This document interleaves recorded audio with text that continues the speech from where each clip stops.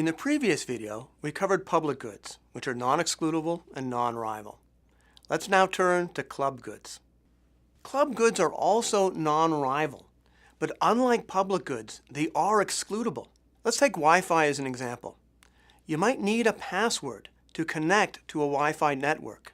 That's what makes it excludable. However, assuming that there isn't much congestion, there's no cost to allowing more people onto the network. Up to a point, therefore, Wi-Fi is non-rival.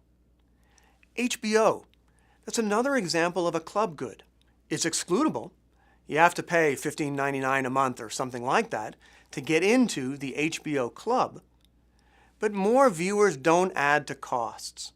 So HBO is also non-rival. Markets can provide club goods, but at the price of some inefficiency.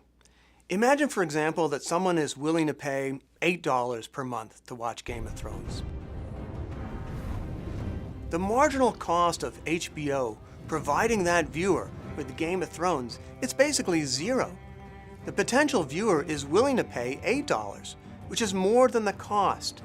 Yet they don't get to watch because the price of HBO is even higher, $15.99 per month. This is unlike competitive markets that we covered earlier, where we saw trades get made so long as the value was greater than the cost. For club goods, there's some loss of efficiency in exclusion, in excluding this particular viewer, for example, since the benefit to the viewer is greater than the cost, yet that trade is not made.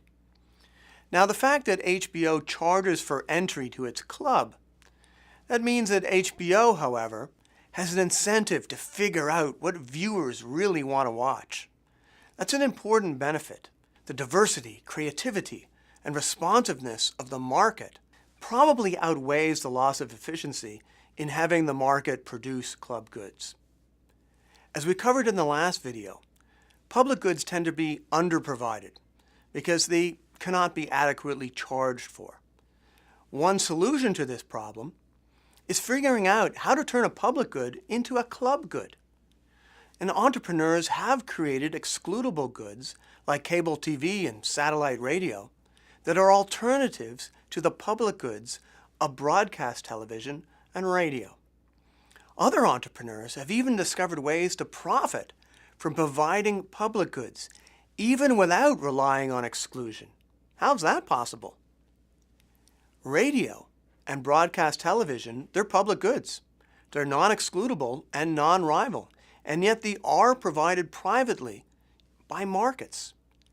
In this case, the market overcame the challenge through advertising. Advertising, it really works quite well for TV and radio. The marginal cost of providing someone a radio or TV signal, it's zero, and the price, it's zero as well. Price equals marginal cost. That's efficient. Now, you do have to watch the ads, and that's profitable because they're selling the ad time. Here's another familiar example. Maybe you've heard of it. Google. The search technology and the database are non-rival.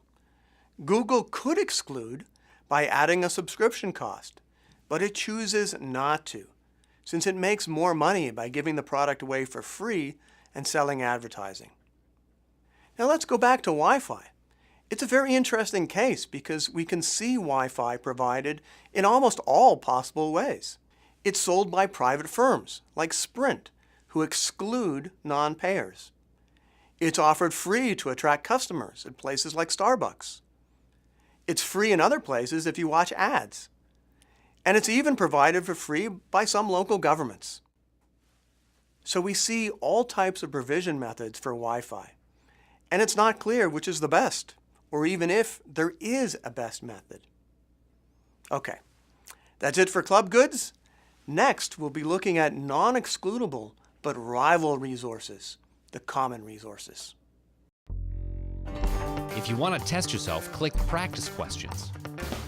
Or if you're ready to move on, just click Next Video.